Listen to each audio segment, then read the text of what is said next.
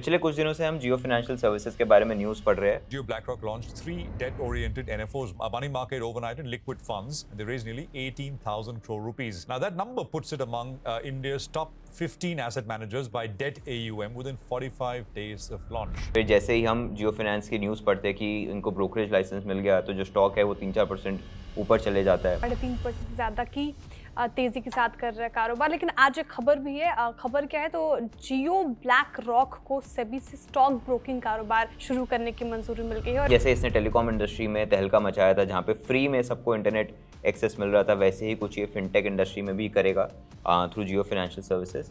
तो ये सारी चीज़ें हम न्यूज़ में रेगुलरली पढ़ रहे हैं, बट कितना एक्चुअल में ये सही हो सकता है ये हमको जानना बहुत ज़रूरी है। तो आज के वीडियो में हम जियो फाइनेंशियल सर्विसेज को डीपली अंडरस्टैंड करेंगे। हम जानेंगे कि ये कंपनी 2 लाख करोड़ की है अगर, तो ये 2 लाख करोड़ का वैल्यूएशन इसको कहाँ से मिल रहा है, जियो फाइनेंशियल सर्विसेज के क्या क्या बिजनेसेस है, कौन से बिजनेसेस से कितना कितना रेवेन्यू आ रहा है, और क्या ये जो हेडलाइंस हम रोज़ पढ़ते हैं अबाउट जियो फाइनेंशियल सर्विसेज, क्या उसकी वजह से एक्चुअल में जियो फाइनेंस के बिजनेस में एक बहुत बड़ा इम्पैक्ट आ रहा है या नहीं आ रहा है। आई एम होपिंग आप सभी को हमारा चैनल अच्छा लग रहा है, आप सभी हमारे वीडियोस देख रहे हो, पर ये डेटा हमें बता रहा है कि आप चैनल पे वीडियोस देखते रहे हो बट आप सब्सक्राइब नहीं हो। अगर आप इस चैनल को सब्सक्राइब करते हो तो आई विल मेक श्योर कि आप कमेंट सेक्शन में जो भी टॉपिक मेंशन कर रहे हो उस टॉपिक्स पे हम आपके लिए वीडियोस बनाते रहेंगे। So now let's get back to the video. तो हम जानते ही है कि रिलायंस एक बहुत बड़ा कॉन्ग्लोमरेट है जिसके अंदर बहुत सारी अलग अलग कंपनियां हैं, बहुत अलग अलग तरह के बिजनेसेस है। उसी तरह जियो फाइनेंशियल सर्विसेज, जिसको हम जेएफएस भी बोल सकते हैं, वो एक कॉन्ग्लोमरेट बनना चाहता है फिनटेक इंडस्ट्री का, जिसमें ये करंटली 3 से 4 बिजनेसेस रन करते हैं। तो अब सबसे पहले आते हैं इनके क्रेडिट बिजनेस पे। ऑलराइट, सो इनके क्रेडिट बिजनेस में जैसे कि मैंने आपसे कहा कि करीबन करीबन 12,000 करोड़ का इन्होंने लोन डिस्बर्समेंट कर दिया है। तो 12,000 करोड़ के एयूएम से लोग करीबन करीबन 700 से 800 करोड़ का इंटरेस्ट इनकम कमाते हैं। ऑब्वियसली थोड़ा बहुत इंटरेस्ट इनकम और कहीं से भी आता होगा, बट फॉर सिंप्लिसिटी हम लोग ये समझ सकते हैं कि इंटरेस्ट इनकम यहाँ से आता है, और वो इंटरेस्ट इनकम से लोग करीबन करीबन 40-45 करोड़ का पैड बनाते हैं। इसी के साथ साथ हम देखें तो इनका कैपिटल एडुकेसी रेशियो 38% का, विच is very healthy. Adequacy ratio is very simple, अगर मैं 100 रुपया किसी को लेंड कर रहा हूँ तो मैं बैकअप में कितना पैसा रख रहा हूँ वो मेरा एडुकेसी रेशियो हो जाता है, ताकि अगर कोई मेरा मांगदार वापस मेरे पास आए तो मेरे पास पैसा रहे। तो 38% is very healthy. Generally industry के नॉर्म से, एनबीएफसी और बैंकिंग के नॉर्म से 20 से 25% का adequacy ratio is also very nice. Debt to equity इनका करीबन करीबन 1.7 to 2 है, which is very low for a financing company. Alright, तो इस पर्टिकुलर डोमेन में लोग सिर्फ फाइनेंसिंग करें तो उसके लिए डेट टू इक्विटी काफ़ी लो है। आई एम श्योर कि आगे जाके लोग पैसा उधारी पे लेंगे और पैसा आगे देंगे। अभी काफ़ी प्रोप्राइटरी फंड ये यूज़ कर रहे होंगे for this, but yes, debt to equity ratio is very healthy right now. Now the point that I would like to discuss here is कि हमको ये समझना है साथ ही साथ कि कितनी बड़ी इंडस्ट्री है। ऑलराइट, तो जब मैं इंडस्ट्री की बात करता हूँ तो एनबीएफसीज की बात करता हूँ फाइनेंस साइड में, तो बजाज फाइनेंस का नाम ज़रूर हमारे दिमाग में आता है। तो जैसे ही मैं बजाज फाइनेंस का डिस्कशन करता हूँ तो बजाज फाइनेंस हम सब जानते हैं कि 5, 5.5, 6 लाख करोड़ की कंपनी है। Now for that 5-6 lakh crore of company, उनके पास कितना एसेट है, that is around 4-4.5 lakh crore, और वो 4-4.5 लाख करोड़ के एसेट पे वो लोग करीबन करीबन 60 से 70 हजार का इंटरेस्ट इनकम कमाते हैं, जिसका कुछ 25 से 30% उनके पैट में कन्वर्ट होता है। तो आप देखो बिजनेस बहुत ही सॉलिड है, इतना सारा उनके पास एसेट आता है, उस एसेट में से इतना अच्छा वो लोग इंटरेस्ट इनकम कमा पाते हैं, और उस इंटरेस्ट इनकम में से एक अच्छा प्रपोर्शन वो लोग प्रॉफिट्स में कन्वर्ट कर पाते हैं। तो बहुत ही सही बिजनेस मॉडल है, और इन terms of scale also it's very nice. ठीक है, 5-6 लाख करोड़ की कंपनी बन पा रही है। जो जो टॉप प्लेयर है उसको हम देख रहे हैं ताकि हम इसका बिजनेस मैप कर सके। तो यहाँ पे हमको दिख पा रहा है कि अभी बिजनेस जियो के लिए बहुत छोटा है, वो एक्सपैंड हो सकता है। एक्सपैंड होकर अगर वो नंबर 1 प्लेयर से कंपेयर कर पाए खुद को तो कितना बड़ा बन सकता है, तो वो हमने यहाँ पे क्लियरली देख लिया। अब बात आती है सेकंड बिजनेस की, जियो इन्वेस्ट की, जहाँ पे हम इतनी सारी न्यूज़ पढ़ रहे हैं कि ऐसा हो रहा है वैसा हो रहा है। तो उसमें एग्जैक्टली सीन क्या है, तो करीबन करीबन इनका 18,000 करोड़ का ईयूएम बन चुका है 3 फंड्स के थ्रू।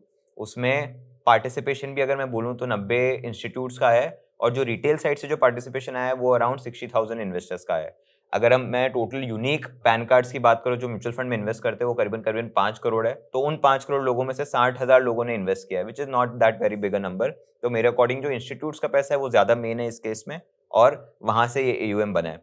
अब साथ ही साथ इसमें बिजनेस में क्या हो रहा है, ये 5 नए फंड, इंडेक्स फंड लॉन्च कर रहा है। ऑलरेडी वो 5 नए इंडेक्स फंड क्या है, निफ्टी 50 है, निफ्टी नेक्स्ट 50 है, मिड कैप है, एक स्मॉल कैप फंड है। ठीक है, ये 4-5 इंडेक्स फंड्स ही लॉन्च कर रहा है पैसिव साइड पे। साथ ही साथ यहाँ पे एक एडवाइजरी प्लेटफॉर्म भी लॉन्च कर रहा है जहाँ पे अलादीन का बहुत बड़ा प्लगइन होगा। ब्रोकरेज बिजनेस का लाइसेंस इनको मिल चुका है तो वो एक आएगा। सो ये 3-4 चीजें हो रही है। अभी कहीं से भी रेवेन्यू इतना नहीं आ रहा है, बट ये 3-4 चीजें वहां पे हो रही है जिसकी वजह से, न्यूज की वजह से, वो शेयर प्राइस में हम इम्पैक्ट बहुत अच्छा देखते हैं। So this is one thing that we need to understand. अब ये जो 18,000 करोड़ का AUM आया ना, इसमें से समझते हैं कि वो कितना पैसा कमाता है। अब वो कमाई के लिए मैं क्या करूंगा, जैसे मैंने लेंडिंग बिजनेस में सबसे बड़ा लेंडर लिया ऑलरेडी NBFC साइड पे, बजाज फाइनेंस लिया, वैसे ही AMC बिजनेस में मैं one of the top AMCs ले लूंगा। ऑलराइट, अगर मैं AMCs की बात करूं तो सबसे बड़ी AMC इंडिया में SBI है, ठीक है, 10-11 लाख करोड़ का एसेट अंडर मैनेजमेंट उनके पास। फिर ICICI है, 9-9.25 लाख करोड़ का AUM है उनके पास, जो अभी लिस्ट होने भी वाली है इस साल में।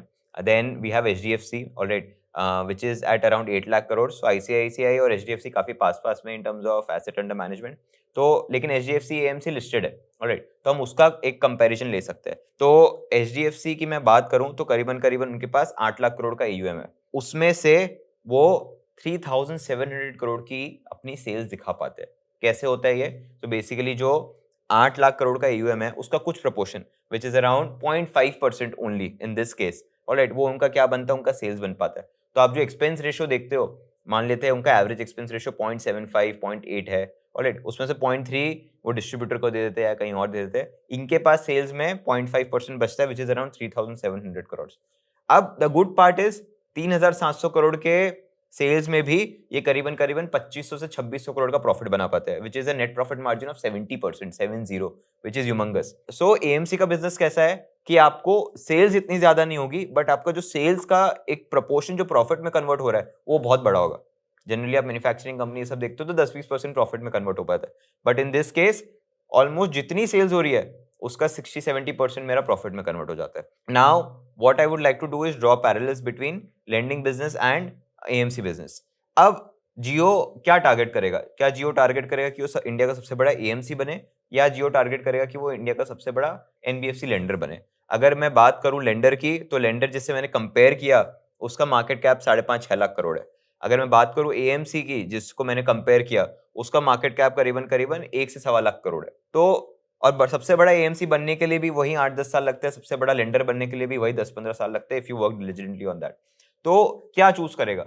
वो चूज करेगा कि लेंडर बने, ऑलराइट। अगर आप उसकी इनकम स्टेटमेंट भी खोल के देखो तो आपको दिखेगा कि जो पैसा बन रहा है सेल्स में एक्चुअल में, वो उनका कहीं से नहीं आ रहा है, बट उनका इंटरेस्ट इनकम से ही आ रहा है, उनका लेंडिंग बिजनेस से ही आ रहा है। सो AUM और AMC के बिजनेस से हमको न्यूज मिल रही है, बट एक्चुअल में पैसा जियो जो बना रहा है वो पीछे अपने लेंडिंग बिजनेस से बना रहा है। अगर आपको ये वीडियो अच्छी लग रही है तो आई एम वेरी श्योर आपको स्टॉक मार्केट वैल्यूएशंस के बारे में सीखने का भी बहुत इंटरेस्ट होगा। सो कब मार्केट्स ओवर वैल्यूड है, कब अंडर वैल्यूड है, कब फेयरली वैल्यूड है, कब आपको मार्केट में पैसा डालना चाहिए, कब आपको मार्केट से पैसा निकालना चाहिए, ये सभी चीज आप एक प्रॉपर मेथड के साथ सीख सकते हैं। सो हमने एक कोर्स बनाया है स्टॉक मार्केट वैल्यूएशंस के ऊपर, जहाँ पे हमने सारे इंपॉर्टेंट रेशियोज मार्केट के अराउंड कवर किए हैं, चाहे वो PE रेशियो हो, PB रेशियो हो, पेग रेशियो हो, केप रेशियो हो। उसी के साथ साथ हमने फॉरेन फ्लोज के बारे में भी डिस्कस किया है कि कब फॉरेन फ्लोज मार्केट्स में आ रहे हैं, कब फॉरेन फ्लोज मार्केट से जा रहे हैं, और उसकी वजह से स्टॉक मार्केट के रिटर्न्स पे क्या इम्पैक्ट आता है। And at the very same time इस कोर्स में हमने macro economic factors, macro economic indicators जो हमें बता सकते हैं कि हाँ मार्केट शायद इस पर्टिकुलर डायरेक्शन में जा सकता है, उनके बारे में भी डिस्कस किया है। तो आप इस पर्टिकुलर कोर्स का लिंक डिस्क्रिप्शन बॉक्स में चेक कर सकते हैं, और आप मेक श्योर करिएगा कि वीडियो एंड होने के बाद आप इस कोर्स को डेफिनेटली चेकआउट करें। और मीनवाइल चलिए हम इस वीडियो की तरफ वापस चलते हैं। अपार्ट फ्रॉम दैट, पेमेंट्स का एक बिजनेस ऑलरेडी है जो एकदम अर्ली स्टेज पे है, तो वहाँ पे चीजें हो रही है जियो में, but at the very same time insurance में भी वो भी पार्टनरशिप्स कर रहे हैं, वहाँ पे वो लोग धीरे धीरे उसको स्केल करने की कोशिश कर रहे हैं। But the good part about insurance है, अगर मैं सबसे बड़ा इंश्योरर देखूँ इंडिया में विच इज LIC, तो वो एक 6 लाख करोड़ की कंपनी है। तो again the runway is huge, alright. Why I am highlighting these points is कि वो 3-4 बिजनेस में है, तो 3-4 बिजनेस सबसे बड़ा फोकस उसका मेरे हिसाब से AMC नहीं होगा, उसका लेंडिंग होगा, इंश्योरेंस होगा, क्योंकि वहां पे जो रनवे है वो ज्यादा बड़ा है एज वी स्पीक टुडे। अब बात आती है ब्रोकरेज बिजनेस की, जो उनका इन्वेस्ट में और है, या फिर एडवाइजरी बिजनेस की। सो देखो, advisory business in India is not that very big. बड़े से बड़ा एडवाइजर इंडिया में 100-200-500 करोड़ कमाता होगा, उससे बड़ा वो बिजनेस नहीं है, ऑलराइट। और ब्रोकरेज की भी हम बात करें तो बड़े से बड़ा ब्रोकर इंडिया में 8-10 हजार करोड़ का सेल्स करता होगा, alright, that too after such a big bull run. So again, the runway in terms of sales is not that very huge, but the runway is very huge in their credit business and their insurance business is what I feel.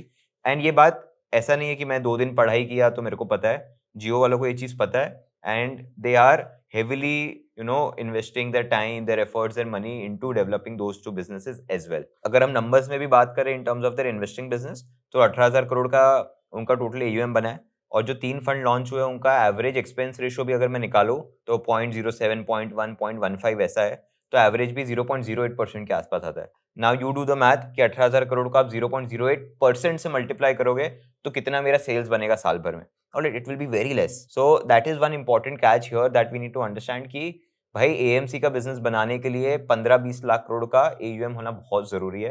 15-20 lakh crore का AUM होने के लिए उतने retail लोगों का पैसा आना जरूरी है, साथ ही साथ इंस्टीट्यूट्स का भी ऑब्वियसली, बट उतना पैसा आना बहुत जरूरी है which can not happen overnight. जो मैं एएमसीज की बात की जो आज के टाइम पे टॉप 3 पे है, जैसे कि एसबीआई है, आईसीआईसीआई है, एचडीएफसी है, इनके पास एक बैंकिंग का डिस्ट्रीब्यूशन था जो इन्होंने लेवरेज किया।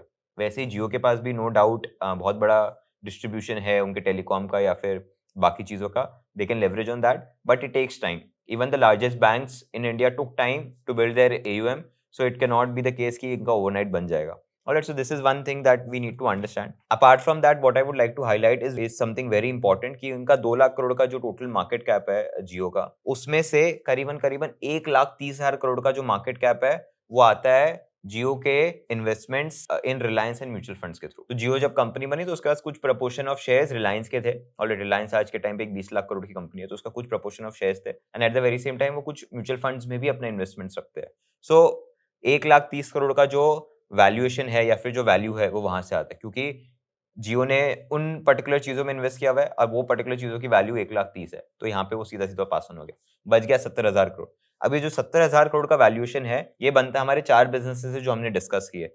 वेल्थ का बिजनेस हो गया, इंश्योरेंस का हो गया, पेमेंट्स का हो गया, लेंडिंग का हो गया, यहाँ से ये 70,000 करोड़ का बिजनेस बनता है। तो अगर आप इसके नंबर्स भी देखो तो जियो का करीबन 2,000-2,25,000 करोड़ का टोटल इनकम दिखता है, उसमें से interest income is around 850 crore, net gain from fair value change, मतलब उन्होंने जहां इन्वेस्टमेंट किया उसमें जो चेंजेस हुए हैं जितना बड़ा है उसमें से करीबन 800 करोड़ का है, डिविडेंड इनकम 250 करोड़ की है, और फीस एंड कमीशन 150 करोड़ का है।